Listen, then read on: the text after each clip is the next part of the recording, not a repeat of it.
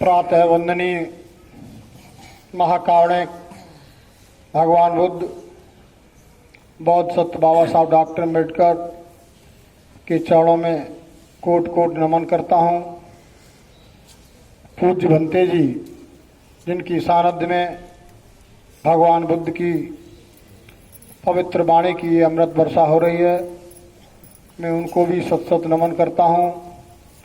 और इस पवित्र धम्म गोष्ठी में उपस्थित समाज के सभी सम्मानित बुजुर्ग, नौजवान साथियों, माता और बहनों, प्रिय बच्चों, मैं आपके अंदर निहित बुद्धत्व को नमन करता हूँ। और वे समस्त भारत के श्रोता बंधु जो भगवान बुद्ध की पवित्र वाणी को सुनते हैं और प्रसारित करते हैं, मैं उनके लिए मंगल कामनाएं करता हूँ। हम लोग धन्य हैं कि भारत की सरजमी पर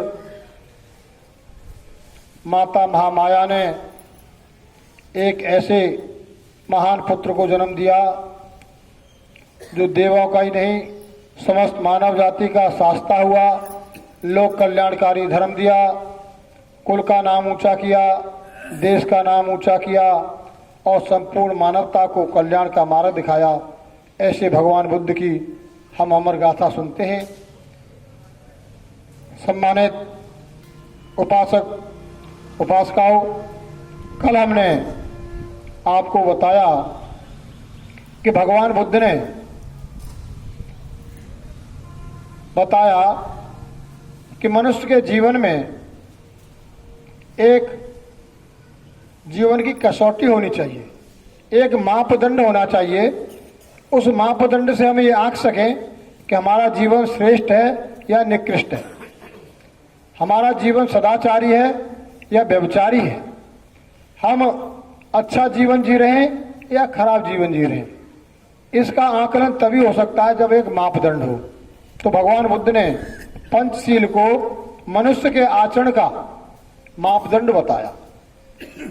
इसके बाद में भगवान बुद्ध आगे बताते हैं कि मनुष्य के जीवन में जो उथल पुथल रहती है, जो दुख महसूस करता है, कष्ट महसूस करता है, वो मस्तिष्क से करता है, वो बुद्धि से करता है। तो बुद्धि में कष्ट कैसे पैदा होते हैं कि उसके बुद्धि में विचार उत्पन्न होते हैं, और विचार कुशल विचार और अकुशल विचार। जो अकुशल विचार होते हैं वो वेदनाएं पैदा करते हैं, वो कष्ट पैदा करते हैं। और अकुशल विचार वे हैं जिनके सोचने से और जिनसे प्रेरित होकर के हम दुष्कर्म कर पाते हैं। और दुष्कर्म कौन से होते हैं?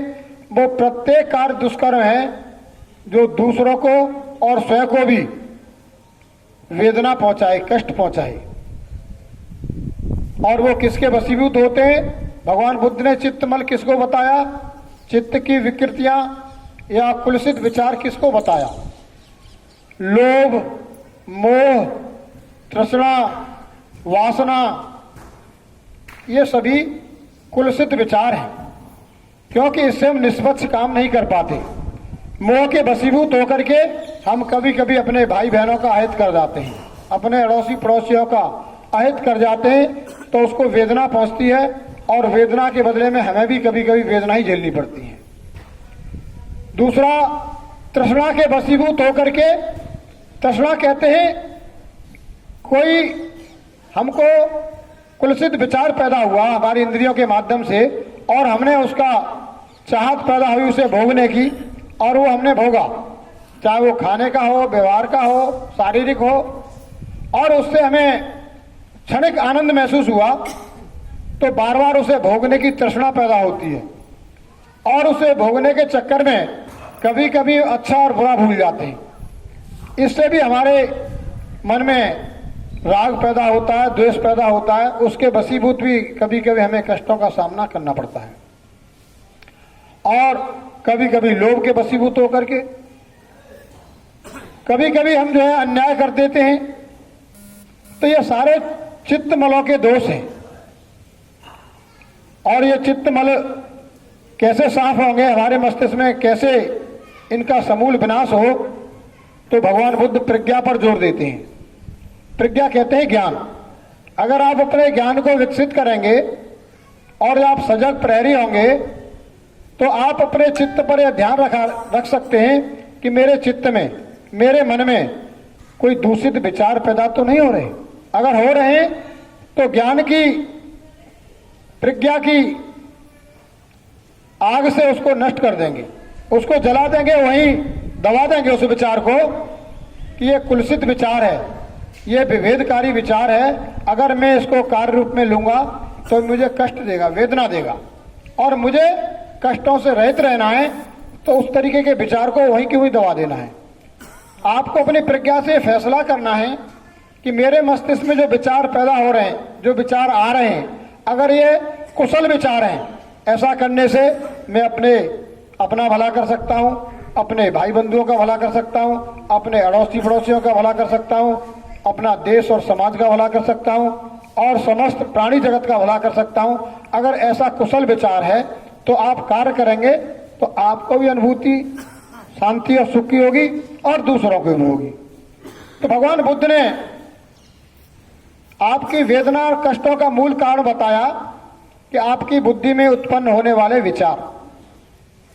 तो हमें ये विवेक से, ज्ञान से सोचना है कि मेरे मस्तिष्क में जो विचार पैदा हो रहे हैं ये दूषित हो रहे हैं या शुद्ध हो रहे हैं, ये अकुशल विचार पैदा हो रहे हैं या कुलसित विचार पैदा हो रहे हैं।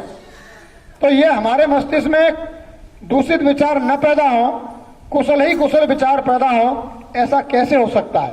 भगवान बुद्ध उसका मूल मंत्र बताते हैं।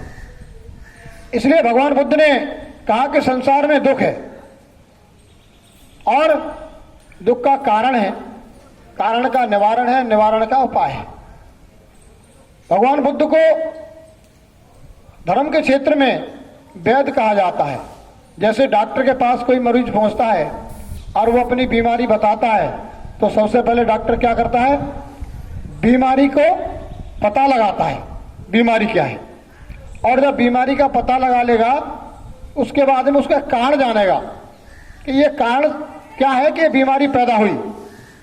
और जब वो कारण का पता लगा लेता है डॉक्टर, तो फिर उसको उस कारण को नष्ट करने की दवा देता है। वो रोग की दवा नहीं देता, वो उस कारण को नष्ट करने की दवा देता है जिस कारण से बीमारी पैदा हुई है। और अगर वो कारण फिर उत्पन्न न हो, वो कारण नष्ट हो जाएगा तो बीमारी खत्म हो जाएगी। इसी प्रकार से भगवान बुद्ध ने कहा कि मनुष्य संसार में पीड़ित है, दुख में पीड़ित है, कष्ट है, तो दुख का कारण क्या है? भगवान बुद्ध ने उस कारण को जाना और उस कारण का कैसे निवारण हो सकता है। वो कारण उत्पन्न न हो हमारे दुख के, अगर उन कारणों का ही हम निवारण कर देंगे तो हमारा चित्त दुखी नहीं होगा, मन दुखी नहीं होगा, तो हमारे सामने कोई वेदना पैदा नहीं होगी। तो 5 जो परिव्राजक हैं उनकी तीव्र इच्छा पैदा हुई और भगवान बुद्ध से अनुरोध करते हुए कहते हैं, भगवान विस्तार से बताएं कि हम अपने चित्त की शुद्धि कैसे कर सकते हैं। तो भगवान बुद्ध बताते हैं, आगे भगवान बुद्ध ने परिव्राजकों को अष्टांगिक मार्ग का उपदेश दिया। बुद्ध ने कहा कि इस मार्ग के 8 अंग हैं। उन्होंने कहा कि अभी तो मैंने आपको अष्टांगिक मार्ग की मापदंड बताया जिससे आप चरित्र का मूल्यांकन कर सकते हैं कि हम चरित्रवान हैं कि नहीं है, हम सदाचारी हैं कि नहीं है। अब मैं आपको अष्टांगिक मार्ग बताता हूं, 8 सूत्र और बताता हूं। 8 सूत्रों को मिलाकर के अष्टांगिक मार्ग कहा जाता है। मैं 8 सूत्र, 8 उपाय आपको बता रहा हूं। उन 8 उपायों को अगर आप सीख लेंगे और उन पर चिंतन मनन करने के बाद में अपने जीवन में धारण कर लेंगे और उसी के अनुसार अगर आप चलेंगे, व्यवहार करेंगे, तो आप चित्त मलों से भी मुक्ति पा सकते हैं। इसलिए मैं कोई पूजा पाठ या कोई कर्मकांड नहीं बता रहा। भगवान बुद्ध औषधि दे रहे हैं, आपको उपाय बता रहे हैं। और आप भी धम्म गोष्ठी में आते हैं तो एक एक बात को जीवन में चिंतन और मनन करें और स्वयं महसूस करें कि हम पंचशील का पालन करते हैं तो हमको कैसा लगता है। हम बच्चों को भी शिक्षा दें और अगर हम अष्टांगिक मार्ग को अनुसरण करते हैं तो हमारे चित्त में कितनी शांति मिल रही है। पूज्य भंते जी को सत सत बदनामी। तो भगवान बुद्ध अष्टांगिक मार्ग का खुलासा करते हुए उन पंचवर्णीय भिक्षुओं को समझाते हैं। बुद्ध ने समदृष्टि अर्थात सम्यक दृष्टि की व्याख्या से अपना उपदेश आरंभ किया। तो अष्टांगिक मार्ग का प्रथम प्रधान अंग है क्या? सम्यक दृष्टि। ध्यान रखना है कि सम्यक दृष्टि होती क्या है। सम्यक दृष्टि का महत्व समझाने के लिए बुद्ध ने परिव्राजकों से कहा, हे परिव्राजकों, तुम्हें इसका बोध होना चाहिए कि यह संसार एक कारागार है और आदमी इस कारागार में एक कारावासी बंदी है। यह कारागार अंधकार से भरा हुआ है। इसमें इतना अधिक अंधकार है कि कैदी को यह कुछ भी दिखाई नहीं देता। कैदी को यहाँ तक दिखाई नहीं देता कि वह कारावासी कैदी है। वास्तव में बहुत अधिक लंबे समय तक इस अंधेरे में रहने के कारण आदमी न केवल अंधा हो गया है बल्कि उसे इस बात में भी बहुत संदेह हो गया है कि प्रकाश नाम की ऐसी कोई अनोखी चीज भी कहीं अस्तित्व में हो सकती है। मन ही एक ऐसा साधन है जिसके माध्यम से आदमी को प्रकाश की प्राप्ति हो सकती है, लेकिन इस उद्देश्य के लिए इन कारावासियों के मन एक उपयुक्त साधन नहीं है। इनका मन थोड़ा सा प्रकाश ही आने देता है, जो बस केवल इतना ही पर्याप्त है जिससे देखने वाले यह देख सके कि अंधकार नाम से भी कोई वस्तु है। इस प्रकार स्वभाव से ही दोषपूर्ण समझ है।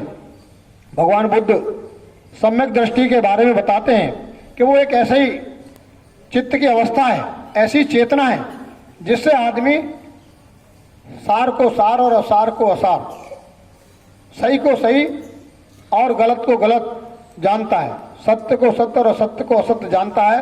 वो जब ही जान पाता है जब उसकी सम्यक दृष्टि हो। लंबे समय से उसने अपनी सम्यक दृष्टि का प्रयोग नहीं किया, इसलिए वो उस कारागार में ऐसा अंधा हो गया है। जैसे आदमी को लंबे समय तक 3-4 साल तक अगर अंधकोठरी में बंद कर दिया जाए, प्रकाश नाम की कोई चीज उसे न महसूस हो, तो आंखें फिर प्रकाश नाम की चीज को भूल जाएंगी कि प्रकाश नाम का भी कोई चीज होती है। इसी तरीके से संसार में आदमी अपने स्वार्थ में वासनाओं के वशीभूत होकर के इतना विवेक शून्य हो गया है, सम्यक दृष्टि को खो चुका है कि उसे पुण्य और पाप का ही बोध नहीं होता है और वो अपने अकुशल कर्मों से इतना पाप कमा बैठता है कि उसी से उत्पन्न होते हैं कष्ट, वेदना उसी से पैदा होती है। कोई ईश्वर पैदा नहीं करता, बल्कि वो अपने कर्मों के ही वजह से कष्ट भोगता है। लेकिन वो समय अंतराल की वजह से, क्योंकि सम्यक दृष्टि नहीं है, इसलिए से उस अंतर को समझ नहीं पाता कि मुझे ये कष्ट क्यों पैदा हुआ, किन कारणों से हुआ। लेकिन परिव्राजकों, यह जान लो कि कैदी की स्थिति ऐसी निराशाजनक नहीं है जैसी प्रतीत होती है, क्योंकि आदमी में एक चीज है जिसे संकल्प शक्ति मनोबल कहा जाता है। भगवान बुद्ध उन परिव्राजकों को मनोबल बढ़ाते हुए उनको एहसास कराते हैं कि ठीक है, लंबे अंतराल से मनुष्य सद्मार्ग से भटका है, उसको सही सही सम्यक दृष्टि का ज्ञान नहीं रहा है, लेकिन फिर भी उसके अंदर एक चीज है, और वो क्या है? मनोबल और संकल्प शक्ति। अगर मनुष्य यह संकल्प ले ले कि मुझे इस काम को करना है, मुझे ज्ञान को धारण करना है, तो वो कर सकता है। और इसमें उसका सहयोग कौन करता है? मनोबल। जिसका मनोबल बढ़ा हुआ होता है वो विपरीत परिस्थितियों को भी अपने अनुकूल कर लेता है, लक्ष्य को हासिल कर लेता है। और जिसका मनोबल गिरा हुआ है वो न तो खुद साहस करता है न प्रयास करता है। अगर उसे कोई और भी बढ़ाए, कोई और भी सिखाए, तब भी वो कहता है नहीं, मेरे बस की बात नहीं है। आपने देखा है कुछ बच्चों का मनोबल गिर जाता है, एक बार फेल हो गया तो मैं पास ही नहीं होता, अब मुझे पढ़ना ही नहीं है। उसके सगे संबंधी कहते हैं नहीं, कोई बात नहीं है, प्रयास करने से आप सफल हो गए, मनोबल तो बढ़ाओ। लेकिन जिसका मनोबल टूट गया वो सफलता हासिल नहीं कर सकता। और असमर्थ और फेल होने के बावजूद भी अगर उसका मनोबल बढ़ा हुआ है तो फिर से तैयारी करता है। जैसे मोहम्मद गौरी कई बार सोमनाथ के मंदिर पर चढ़ाई करने में असमर्थ रहा, लेकिन बार बार प्रयास करने के बाद में एक दिन वो जो है सफल रहा। इसी तरीके से हम अगर बार बार प्रयास करेंगे सदमार्ग पर चलने के लिए तो हम सदाचारी हो जाएंगे, हम भी अपने कष्टों का निवारण कर सकते हैं। किस दिशा में इस मनोबल को लगाया गया यह देखने के लिए पर्याप्त प्रकाश मिलने पर आदमी उस मनोबल का मार्ग दर्शन कर सकता है। इस प्रकार बंधन मुक्त हो सकता है। इस प्रकार यद्यपि आदमी बंधन में है तो भी वह स्वतंत्र हो सकता है। वह किसी भी क्षण ऐसा पहल कदम उठा सकता है जो अंततः उसे स्वतंत्रता प्रदान करेगा। यानी बंधनों से मुक्ति का मार्ग भगवान बुद्ध अष्टांगिक मार्ग को बताते हैं। बंधन मुक्त किसी कर्मकांड से नहीं होगा, किसी पूजा पाठ, किसी भक्ति से नहीं होगा, बल्कि अष्टांगिक मार्ग का अगर आप पालन करेंगे, जीवन में धारण करेंगे तो आप बंधनों से मुक्त हो सकते हैं। और इस बात के लिए हमें कब कदम उठाना चाहिए?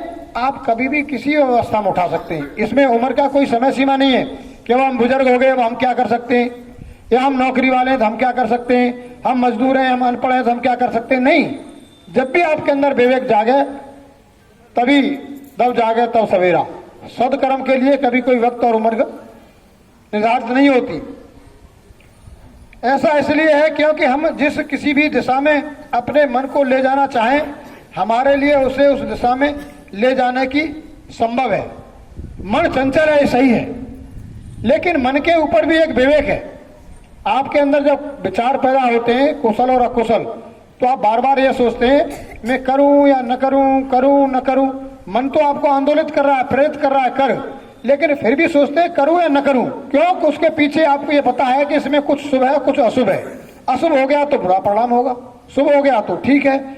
तो इसका मतलब यह है कि आप फिर विवेक से कहते हैं नहीं मुझे करना ही चाहिए, तो मन नहीं कह रहा, मन के ऊपर भी एक विवेक है जो मन को भी प्रेरित कर रहा है। उस विवेक को अगर आप जागृत कर लें तो मन को भी वशीभूत कर सकते हैं। मन पर भी नियंत्रण किया जा सकता है प्रज्ञा से। ऐसा इसलिए है क्योंकि हम जिस किसी भी दिशा में अपने मन को ले जाना चाहें हमारे लिए उस दिशा में ले जाना संभव है।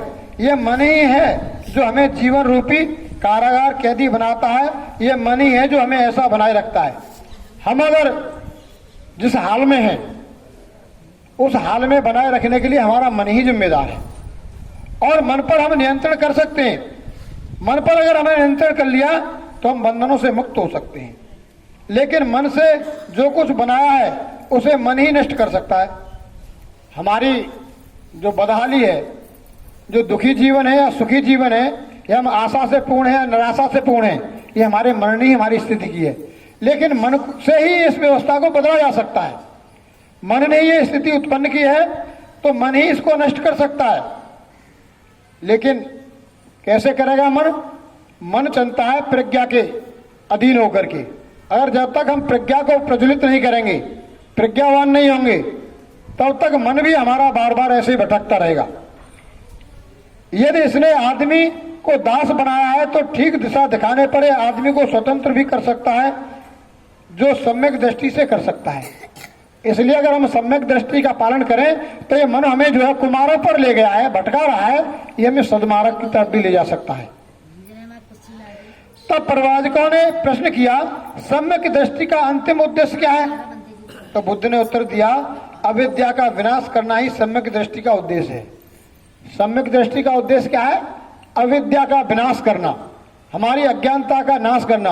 हम अज्ञानता वशी तो भटकते हैं क्योंकि मन हमको कुमारक की तरफ ले जाता है, व्यसनों की ओर ले जाता है, वासनाओं की ओर ले जाता है और हम समझ नहीं पाते। वो इसलिए नहीं समझ पाते कि अविद्या के कारण। तो मौसम भी खराब है। आज हमने सम्यक दृष्टि का उद्देश्य बताया, कल आगे गाथा को जारी रखेंगे। मैं वाणी को विराम देता हूँ। आप सबकी मंगल कामना करता हूँ। भवतु सब्ब मंगलम, भवतु सब्ब मंगलम, भवतु सब्ब मंगलम। साथ साथ।